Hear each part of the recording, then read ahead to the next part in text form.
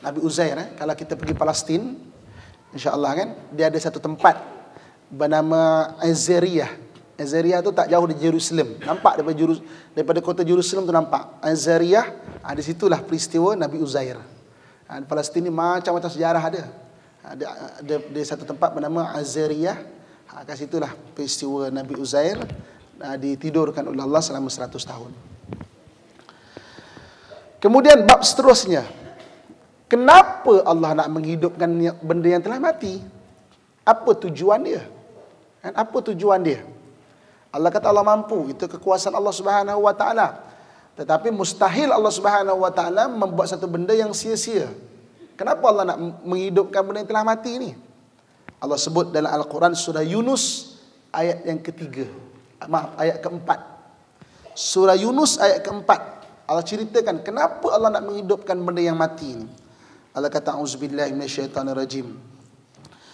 Innahu yabda'ul khalqa thumma yu'iduhu liyajziyal ladzina amanu wa 'amilus salihati bil qist. Sesungguhnya dialah yang memulakan kejadian sekalian makhluk. Kemudian dialah yang mengembalikannya hidup semula sesudah matinya, untuk membalas orang-orang yang beriman dan beramal saleh dengan adil. Ini di antara kenapa kita dihidupkan kembali. Allah kata apa? Allah Subhanahu wa taala menyatakan dalam Al-Quran surah Yunus ayat yang keempat ini, liyajziyal ladzina amanu wa 'amilus salihati bil qist, untuk Allah balas ataupun untuk Allah memberi kebaikan kepada orang-orang yang beriman dan beramal soleh dengan seadil-adilnya. Ini tujuan kita dihidupkan kembali. Jadi bagi kita bangsa manusia dan jin, kita dihidupkan bukan dengan secara kebetulan. Kita hidup di dunia ni bukan kebetulan, tuan-tuan, puan-puan sekalian. Kita dihidupkan dengan satu tugasan. Tugasan kita yang pertama Allah sebut untuk mengabdikan diri kepada Allah. Allah kata bahawa wa ma khalaqtul jinna wal insa illa liya'budun. Tidak aku ciptakan manusia dan jin melainkan untuk mengabdikan diri kepada aku, kata Allah Subhanahu wa taala. Dan bagi manusia Allah tambah lagi satu ayat, tujuan kita dijadikan adalah menjadi khalifah di muka bumi, artinya mentadbir muka bumi ini. Kita ni dihidupkan dengan satu tugasan, untuk menyembah Allah dan untuk mentadbir di muka bumi ini. Disuruh membangunkan muka bumi ini dengan sebaik-baiknya. Sebab itu kan dalam Islam haram kita bersifat malas. Bersifat malas haram. Sebab kamu adalah khalifah, kamu perlu membangunkan muka bumi ini dengan sebaik-baiknya. Antara sifat terkeji adalah menangguh pekerjaan. Sebab Nabi sebut, halaka musawwifun, binasalah orang yang suka menangguh-nangguh pekerjaannya. Kerja yang boleh buat pada hari ini, habiskan hari ini, jangan tangguh-tangguh esok. Kata Nabi, halaka musawwifun, mana binasalah orang yang suka menangguh-nangguh kerja dia. Dalam Quran Allah sebut antara ciri orang yang beriman dan berwatakkan khalifah, fa idza faraghta fansab, habis satu usaha, mulakan usaha yang baru. Habis kelas, pergi lagi majlis ilmu, praktiskan ilmu, kan? Walaupun dalam majlis ilmu kita agak mengantuk sikit, tapi pergi lagi. Sebab apa? Habis satu usaha, mulakan usaha yang baru.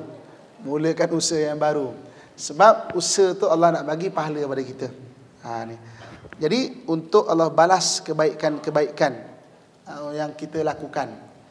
Jadi hari ini kita sebagai seorang isteri, Allah Subhanahu wa taala perintahkan bagi seorang isteri, kata Nabi sallallahu alaihi wasallam dalam hadis, orang perempuan ni akan ditanya dengan 4 benda je. Orang perempuan ni akan ditanya yang berat dia 4 benda je. Ditanya mengenai solat dia, ditanya mengenai puasa dia, ditanya mengenai dia menjaga kehormatan diri dia.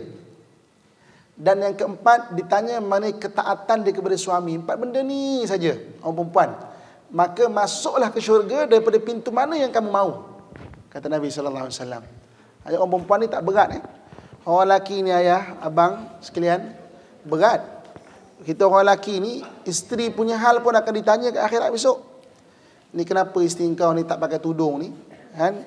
Ni kenapa isteri kamu ni macam ni? Kenapa isteri kamu ni macam ni? Ditanya. Bagi orang perempuan, 4 soalan je yang berat ditanya. Sembayang dia. Sebab itu ibu-ibu, akak-akak sekalian, sembayang jaga betul-betul, semaksimal, pelihara betul-betul. Tok guru kita pesan, kalau hari ni kita uzur, tiba-tiba kita dah suci, bagus dia buat sembahyang qada dalam satu solat ke belakang. Takut kita bersih itu sebenarnya lebih awal daripada yang kita sangka, kita perasan. Kan? Katakan kita maghrib tu kita dah berhenti darah ni. Takut sebenarnya berhenti tu waktu asar lagi tadi tu. Kan? Tu solat jaga. Puasa jaga. Hari ni kan 1 Rejab. Kan? So jadi maknanya lagi 2 bulan nak masuk Ramadan. Siapa-siapa ada hutang puasa, maka maknanya gantikan puasa. Kalau ada fidyah, kena kirakan maklumlah kan. Asal Ramadan je mengandung. Asal Ramadan je mengandung. Asal mengandung je Ramadan. Maka banyak puasa kena ganti tu. Maka ni Rejab ni, okay, dia dah start dah lagi 2 bulan ni. Maka gantikan.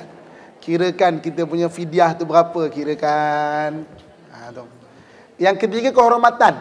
Kehormatan diri itu maknanya jangan berzina, jangan maknanya menjaga kehormatan dirilah. Yang keempatnya taat kepada suami. Ini je akan ditanya. Dan kadang-kadang oleh kerana benda ini dia perempuan ni spesifik disebut oleh Nabi 4 benda ni, mana 4 benda ni susah bagi perempuan. 4 benda ni agak payah bagi perempuan. Taat suami, senang tak ibu-ibu? Susah. Lebih-lebih lagi kalau kita nak taat kepada suami, yang suami tu banyak menguji kita. Kan? Yang banyak macam-macam hal dia.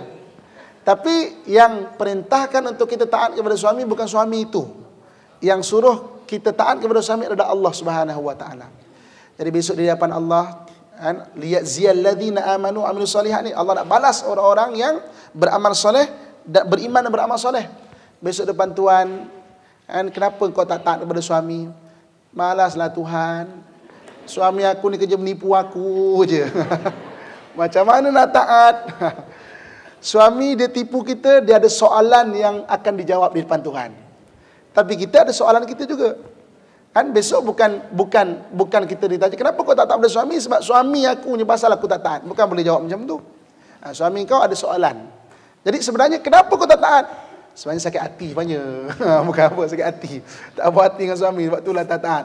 Kalau macam tu kena maknanya dibetulkan sikit. Dengan besok di akhirat besok. Ini maknanya hari taat kepada suami kerana Allah perintahkan.